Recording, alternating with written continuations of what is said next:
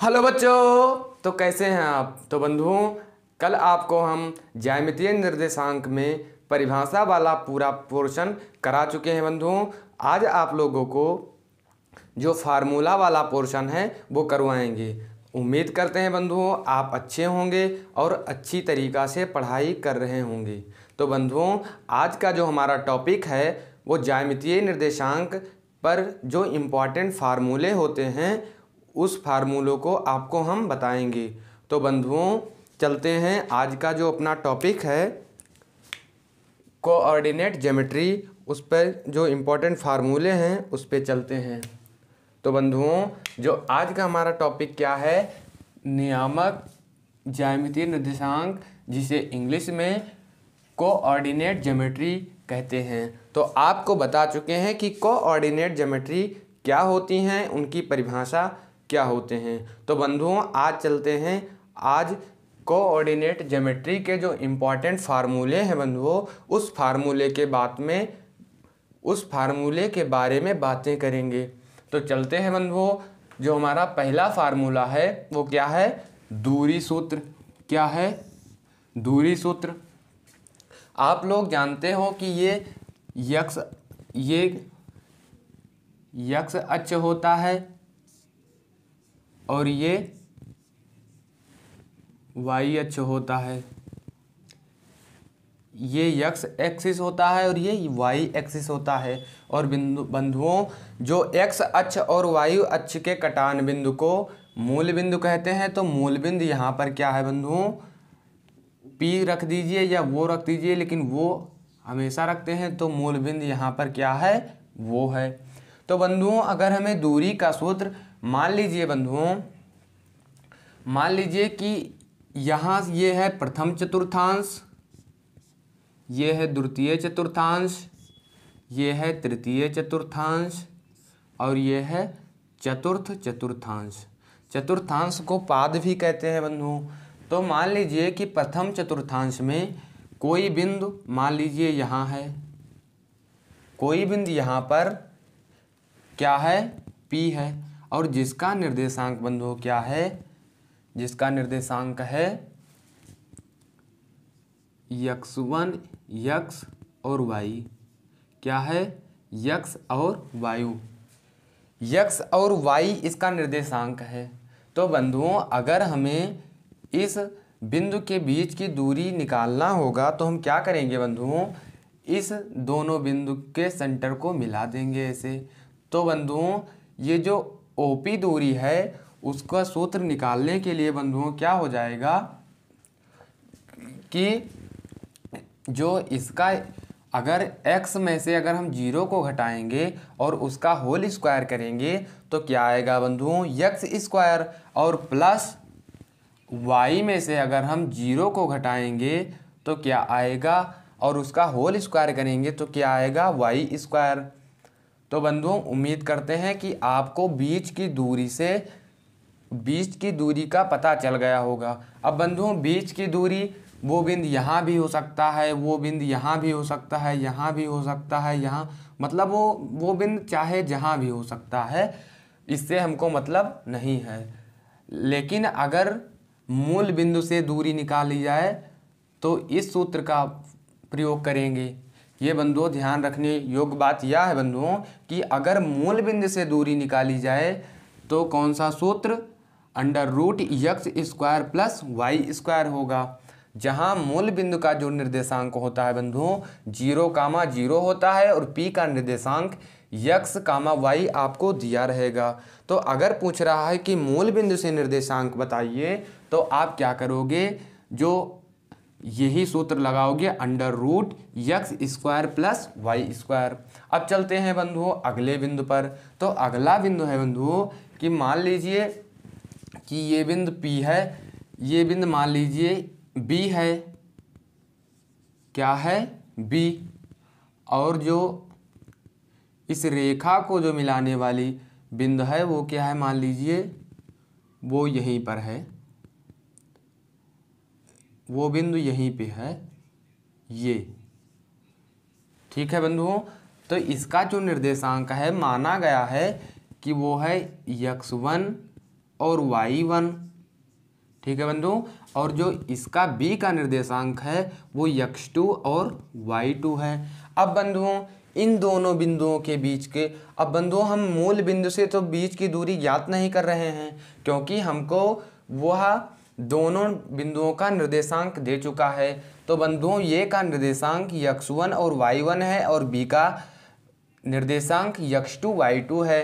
तो अगर हम इसके बीच की दूरी अर्थात ये भी निकालेंगे तो क्या होगा बंधुओं, under root x1 minus x2 का whole square, x1 minus x2 का whole square plus y2 minus y1 का होल स्क्वायर। अब बंधुओं चाहे x2 माइनस x1 का होल स्क्वायर करो या x1 माइनस x2 का होल स्क्वायर करो, अगर आप कम में से ज़्यादा को भी घटाएंगे तब भी कम ऋणात्मक में आएगा, लेकिन ऋणात्मक है, उसके पावर होल है, अर्थात इसके जो पावर है वो होल स्क्वायर है। तो आप लोग को हम बता चुके हैं अगर किसी संख्या के ऊपर जो घात है अगर वह सम संख्या है तो जो उसका मान आएगा वो धनात्मक आएगा, और अगर विषम संख्या है तो उसका मान ऋणात्मक आएगा। तो बंधुओं चाहे x1 माइनस x2 करो या x2 माइनस x1 करो, इससे कोई फर्क नहीं पड़ता है। अब बंधुओं उम्मीद करते हैं आपको जो दूरी का सूत्र है मूल बिंदु से अगर कोई एक निर्देशांक दिया है तो बीच की दूरी के ज्ञात करने का फार्मूला, और मान लीजिए कोई दो बिंदु दिया है जिसका निर्देशांक दिया है तो उसका भी फार्मूला आपको बता चुके हैं। अब बंधुओं चलते हैं अगले टॉपिक पर। तो अगला क्या है बंधुओं हमारा नंबर 2, मध्य बिंदु या नियामक।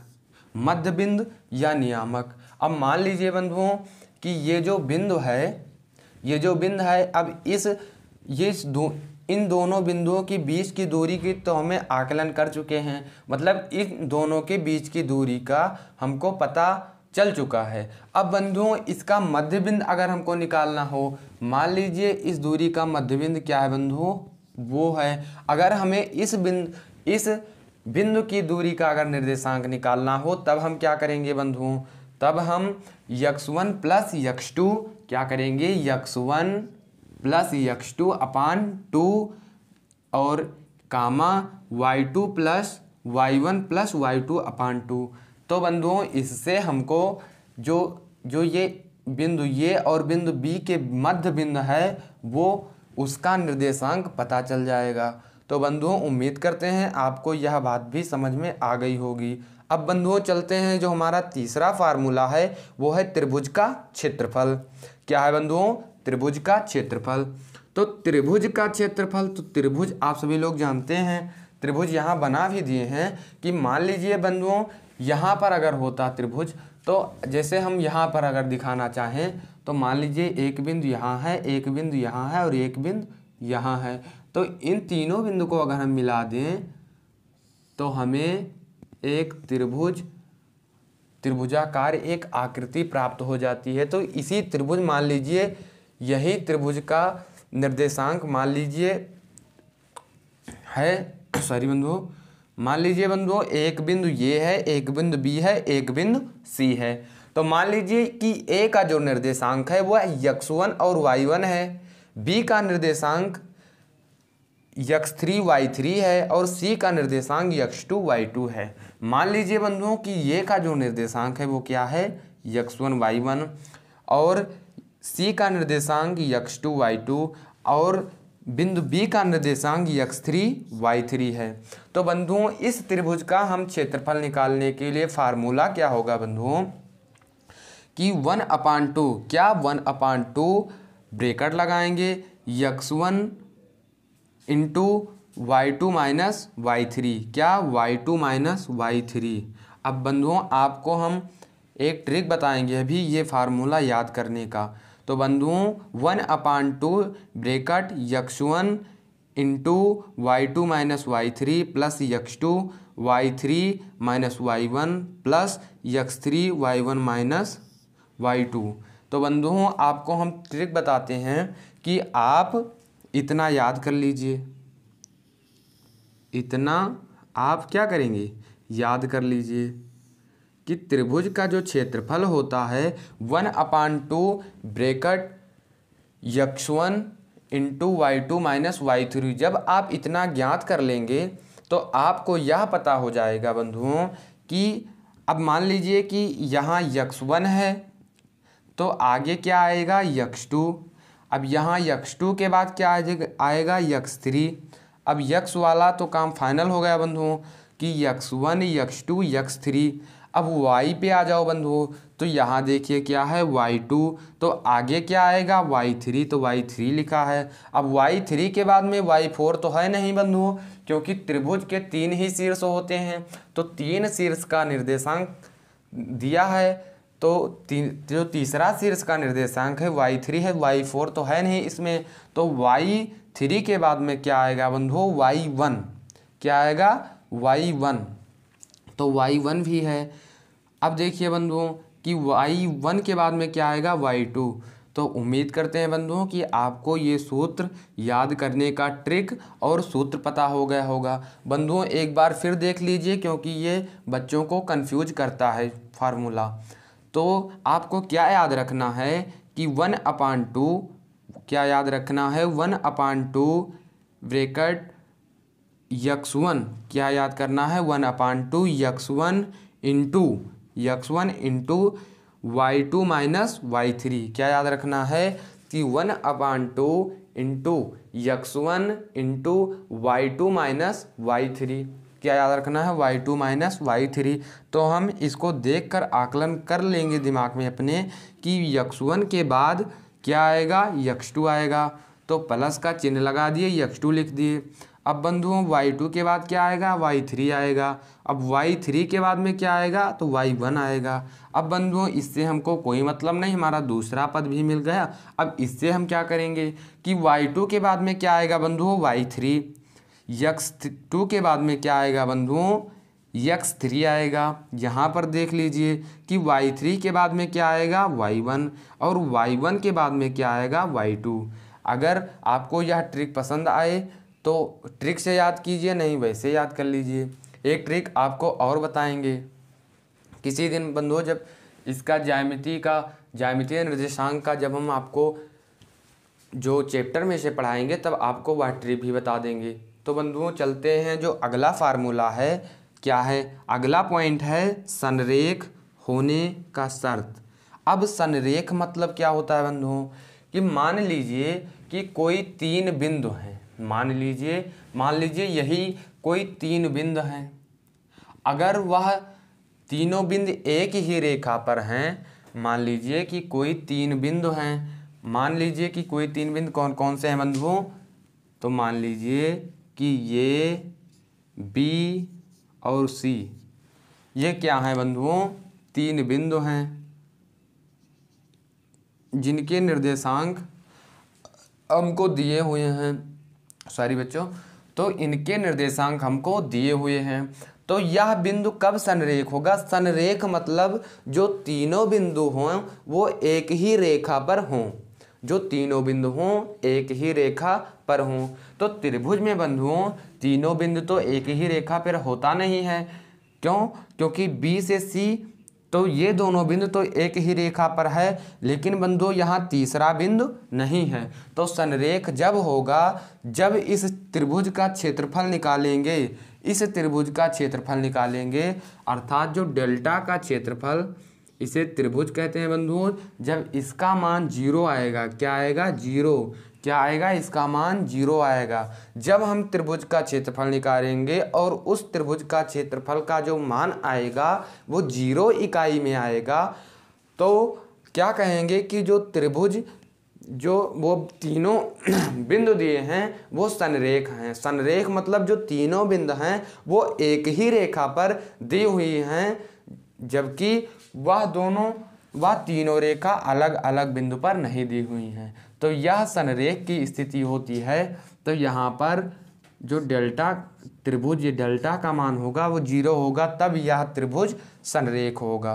तो उम्मीद करते हैं बंधुओं कि आपको यह बात भी समझ में आ गई होगी। अब बंधुओं चलते हैं अगले पॉइंट पर। तो अगला पॉइंट है बंधुओं कि चतुर्भुज का क्षेत्रफल। अब चतुर्भुज का क्षेत्रफल कैसे निकालेंगे? तो बंधुओं इसका स्क्रीनशॉट ले लीजिए, हम थोड़ा मिटाल दे रहे हैं, फिर आपको समझाएंगे। तो बंधुओं चतुर्भुज का क्षेत्रफल, चतुर्भुज बना दें फिर आपको अच्छी तरीक़ा से समझा दें कि चतुर्भुज का क्षेत्रफल कैसे निकालेंगे। तो बंधुओं देखिए,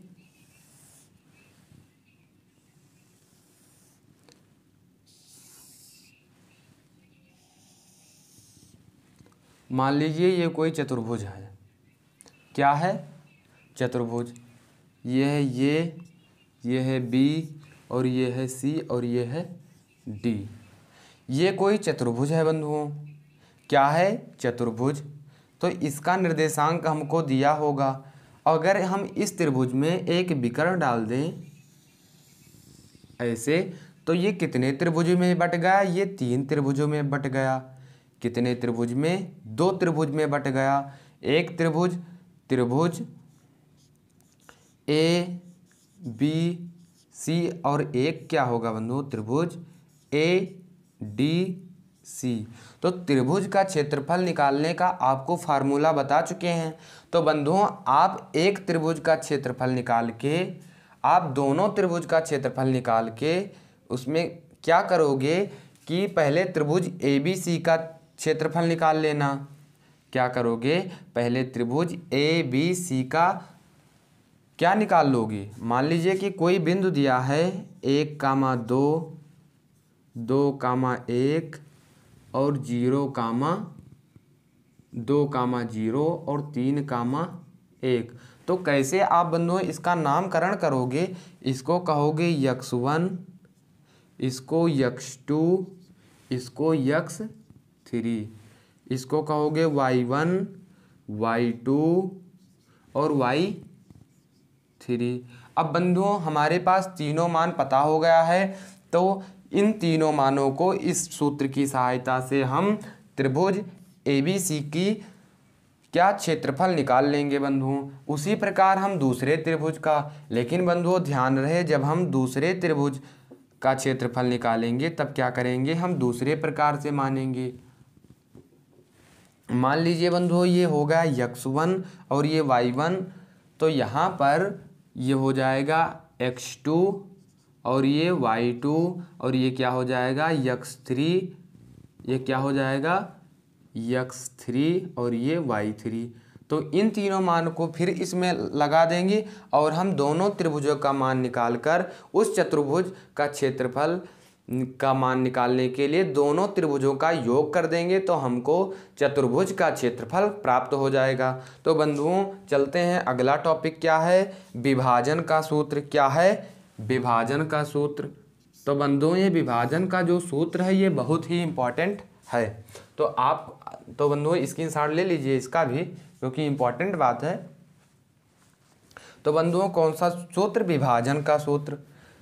तो विभाजन का सूत्र में काफ़ी बच्चे कंफ्यूज हो जाते हैं, वो कंफ्यूजन भी आज आप लोगों का हम दूर कर देंगे।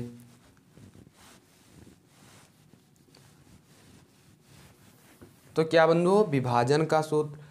अब विभाजन का सूत्र जानने से पहले एक बात और जान लो कि अंतः कोण का निर्देशांक हम आपको बता दिए कि अब सबसे पहले ये देख लो 6 नंबर। तो 6 नंबर में क्या है? त्रिभुज का केंद्रक। अब त्रिभुज के केंद्रक का निर्देशांक, तो त्रिभुज मान लीजिए बंधुओं कि ये कोई त्रिभुज है, ये बी और सी, ठीक है। तो त्रिभुज की जो माध्यिका होगी, मान लीजिए इसकी माध्यिका क्या है? मान लीजिए इसकी माध्यिका ऐसे गई और इसकी ऐसे गई और इसकी ऐसे गई, ठीक है। तो यहाँ पर बंधुओं, यहाँ पर जो बिंदु कटान बिंदु हुआ इसे क्या कहते हैं? केंद्रक। क्या कहते हैं? केंद्रक। ये बात आपको बंधुओं अगली वाली वीडियो में जो कल पढ़ाए थे उसमें आपको बता चुके हैं। तो ये क्या है? केंद्रक। तो हम अगर इस केंद्रक का निर्देशांक ज्ञात करना होगा तो हम क्या करेंगे? तो इसका मान हमें दिया रहता है x1, y1, x2 y2 x3 और y3। तो बंधुओं इन तीनों का मान क्या है, x1 x2 x3 y3। तो ये x1 x2 x3 x1 x2 x3 x1 x2 x3 y3 और y1 y2 y3 y1 y2 y3 y3। तो हमें इस केंद्रक का बंधुओं निर्देशांक पता हो जाएगा। अब इसी के साथ बंधुओं एक इम्पॉर्टेंट बात और कवर करा देते हैं कि अंतः कोण का निर्देशांक। अब बंधुओं अंतः कोण क्या होगा, तो बंधुओं मान लीजिए कि अब ये पर तो कोई ना कोई कोण बनता होगा और बी पर भी कोई नहीं कोण, और तीनों पर कोई ना कोई कोण बनता होगा। तो ये माध्यिका ये जो रेखा है यहाँ से, तो ये रेखा कोण बी को विभाजित कर रही है और ये रेखा कोण ए को विभाजित कर रही है और ये रेखा कोण सी को विभाजित कर रही है। अब तीनों रेखाएं विभाजित करने से एक बिंदु प्राप्त होता है जिसे हम केंद्रक कहते थे। लेकिन बंधुओं जो केंद्रक होता था वो माध्यिकाएं से होती, ये कोणों के विभाजन भी करता है। तो अगर बंधुओं अगर हम अंतः कोण का अगर निर्देशांक, तो इस कोण का अगर यहाँ पर निर्देशांक ज्ञात करेंगे तो बंधुओं क्या होगा, ये x1 plus B x2 plus C x3 by a plus B plus C. अभी आपको बताते हैं ये क्या है, b क्या है और c क्या है, और कामा ये y2 plus B y2 plus C y3 upon a plus B plus C. अब बंधुओं ये क्या है, मान लीजिए बंधुओं जो इस त्रिभुज का लंबाई है ये है और ये b है और ये c है। तो जो त्रिभुज की लंबाई है, तीनों लंबाइयाँ अलग अलग होंगी, तो यही तीनों लंबाइयाँ हैं। तो उम्मीद करते हैं बंधुओं आपको कि अंतः कोण का अगर निर्देशांक पूछता है तो इस फार्मूले की सहायता से आप त्रिभुज के अंतः कोण के फार्मूला की सहायता से अंतः कोण का निर्देशांक ज्ञात कर सकते हैं। तो बंधुओं अब चलते हैं हमारा आज का जो लास्ट टॉपिक है विभाजन के लिए सूत्र, उस पे।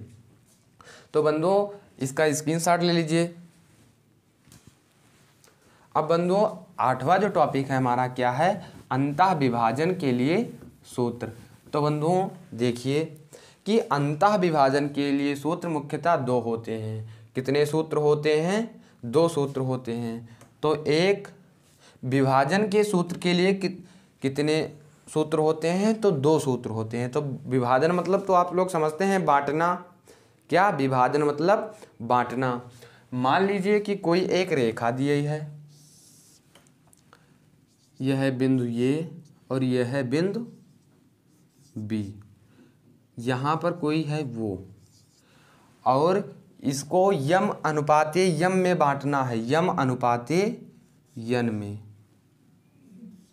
अब यन अनुपाते यम में मतलब इसका मतलब भी समझ लो, मान लो कोई रेखा दिया हुआ है उसको 1:2 में बांटना है, अर्थात जो उसका एक भाग हो वो मान लीजिए कि कोई दिया है कितना, कोई मान लीजिए 9 सेंटीमीटर रेखा दिया है, वो कितना दिया है 9 सेंटीमीटर, 9 सेंटीमीटर दिया हुआ है। अगर उसको हम 3:6 सॉरी बंधुओं अगर उसको उस रेखा को अगर हम 3:6 में बांटेंगे तो क्या हो जाएगा 3:6, यानी जो उसका दो भाग होगा 3:6, जो इसका एक भाग ये होगा वो 3 होगा और ये कितना होगा 6, अर्थात 3/6 यानी 1/2, यानी जो एक भाग होगा वो दो भागों के बराबर होगा। तो इसका मतलब क्या है कि एक भाग जो होगा वो इसके दो भागों के बराबर होगा। तो उसी पे हमारा फार्मूला बना कि अंतः विभाजन सूत्र। अब ध्यान रहे बंधुओं कि यदि अनुपात में आपको अनुपात दिया रहेगा, अगर अनुपात अगर धनात्मक है तो अंतः विभाजन होगा, और यदि अनुपात जो है ऋणात्मक है तो बाह्य विभाजन होगा। ये बात बंधुओं आप ध्यान में रखेंगे। तो अंतः विभाजन का सूत्र क्या होता है, mx2 प्लस nx1 अपान m प्लस n, और my2 प्लस यन वाई बराबर एम प्लस यन, ये अंतः विभाजन का सूत्र है। और बाह्य विभाजन का सूत्र क्या है बंधुओं कि पी बराबर M X two minus N X one upon M minus N comma M Y two minus N Y one upon M minus N. तो बंधुओं उम्मीद करते हैं कि आप लोगों को अंतः विभाजन का फार्मूला भी पता हो गया होगा। इस फार्मूले की सहायता से आपको अंतः विभाजन और बाह्य विभाजन दोनों का निर्देशांक पता हो जाएगा बंधुओं। लेकिन एक बात ध्यान देने योग्य यह है कि अंतः विभाजन सूत्र और बाह्य विभाजन सूत्र का प्रयोग कब करेंगे। अगर हमें जो अनुपात दिया है वह धनात्मक होगा तब हम अंतः विभाजन का प्रयोग करेंगे। अगर जो वो अनुपात दिया है जो यन अनुपात यम अनुपात दिया है वो अगर ऋणात्मक होगा बंधुओं तो बाह्य विभाजन का सूत्र का प्रयोग करेंगे। तो उम्मीद करते हैं बंधुओं तो आज का जो हमारा टॉपिक है वो सब क्लियर हो चुका है। तो बंधुओं आप अच्छी तरीक़ा से इसकी तैयारी करके और रिवीजन करके आएंगे। तो ठीक है बंधुओं, मिलते हैं अगले वीडियो में। जय हिंद, जय भारत, इंकलाब जिंदाबाद, भारत माता।